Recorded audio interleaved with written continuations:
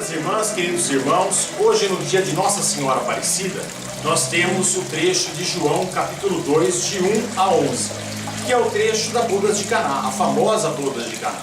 Mas eu queria chamar a atenção para todos da personalidade de Maria. Eu acho que Maria é assim um exemplo de ser para todos nós cristãos. Maria tem na sua personalidade, na sua maneira de ser, nas diversas passagens que nós temos nos evangelhos, algo a nos ensinar, e um ensinamento que é muito profundo. Eu acho que vocês se lembram do trecho de Lucas, da Anunciação. Maria recebe um sinal de Deus, dizendo que ela será a mãe do Salvador. Mas Maria não aceita de imediato. Maria, em primeiro lugar, ela questiona. Mas como isso irá acontecer se eu não conheço homem algum? E aí o anjo, o sinal de Deus, explica a Maria. Quer dizer, Maria não é uma mulher que aceita simplesmente as coisas, mas ela quer compreender como as coisas funcionam e por que elas deverão ser assim. E só depois de compreendido o processo é que Maria se entrega radicalmente a Deus.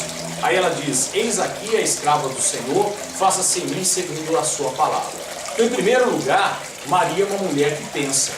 Maria não é uma mulher que aceita simplesmente as verdades como ditas, mas Maria quer compreender por que essas verdades são necessárias e por que Deus oferece ou pede uma ajuda a Maria ou oferece uma oportunidade a Maria. Maria quer compreender o funcionamento de tudo. E assim deve ser o cristão. O cristão não deve ser um ser que tem uma fé cega. Não, ele deve ter uma fé inteligente. Ou seja, uma fé que realmente compreende as coisas, não é explorada pelos outros. E aí sim, depois de compreendido, essa fé se entrega radicalmente às situações ou às propostas. Então nós nunca devemos ser cegos, mas devemos ser pessoas que pensam, pessoas críticas, como Maria foi crítica. Agora, para ser crítico, eu preciso observar, eu preciso estar atento às coisas.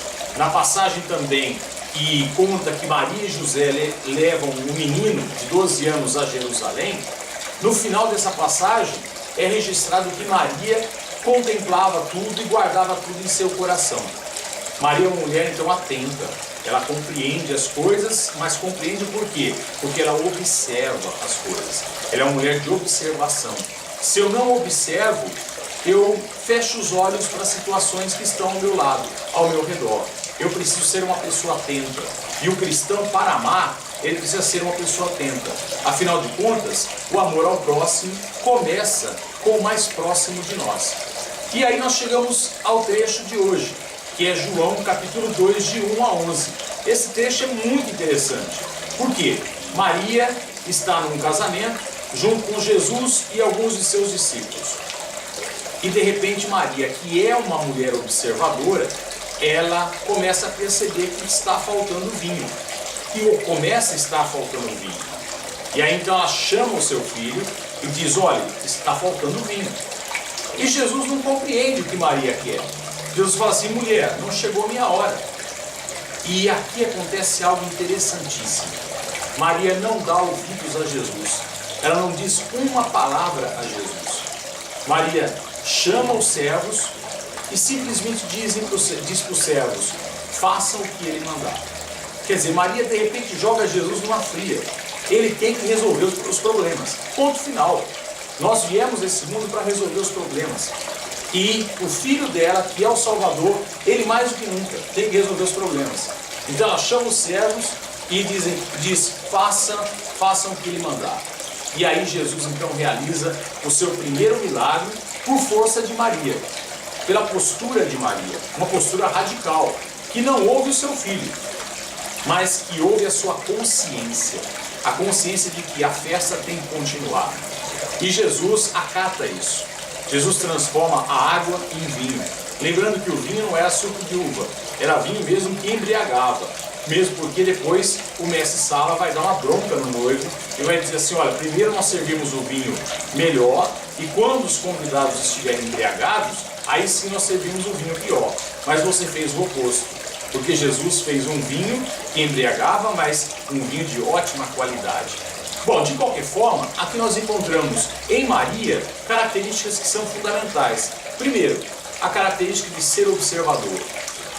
O ser observador é fundamental e tem pessoas que muitas vezes não prestam atenção no que está acontecendo diante do seu nariz. Segundo, procurar compreender as coisas, procurar pensar criticamente sobre todos os fatos e acontecimentos da nossa vida. Se eu não pensar criticamente, eu não encontro as possibilidades que devem ser encontradas. E segundo, ser radical. Ser radical sim. Se eu estou consciente de que este é o caminho a ser seguido, eu devo seguir e entrar de cabeça. Eu tenho que ser radical nas minhas posturas. E muitas vezes o cristão, desculpem a expressão, é um cristão de bunda mole. Ou seja, muitas vezes a geração de cristãos que nós temos hoje é uma geração de bundões. Por quê? Porque muitas vezes até observam as coisas erradas, sabem das coisas erradas, sabem que as coisas estão erradas, mas toleram e ficam quietos. E toleram no sentido pior da palavra. Tolerar significa suportar. E acabam suportando as coisas erradas. E o cristão não é esse. O cristão tem que ser Maria, como Maria foi. Ser um observador, enxergar as coisas, ver com criticidade, ver que as coisas estão erradas ou certas, e aí sim ter atitude. Como Maria teve atitude nesse evangelho da boda de Caná. Ela nem dá resposta para Jesus. Ela simplesmente chama os servos e diz, façam o que ele mandar. E essa foi uma atitude radical. Então que você reflita com Maria, porque ser devoto de Nossa Senhora não é simplesmente carregar no peito uma medalhinha ou ir na missa no dia da padroeira, mas é caminhar como Maria caminhou, sendo observador, pensando criticamente e principalmente tendo atitudes radicais. Aí sim você será um verdadeiro cristão.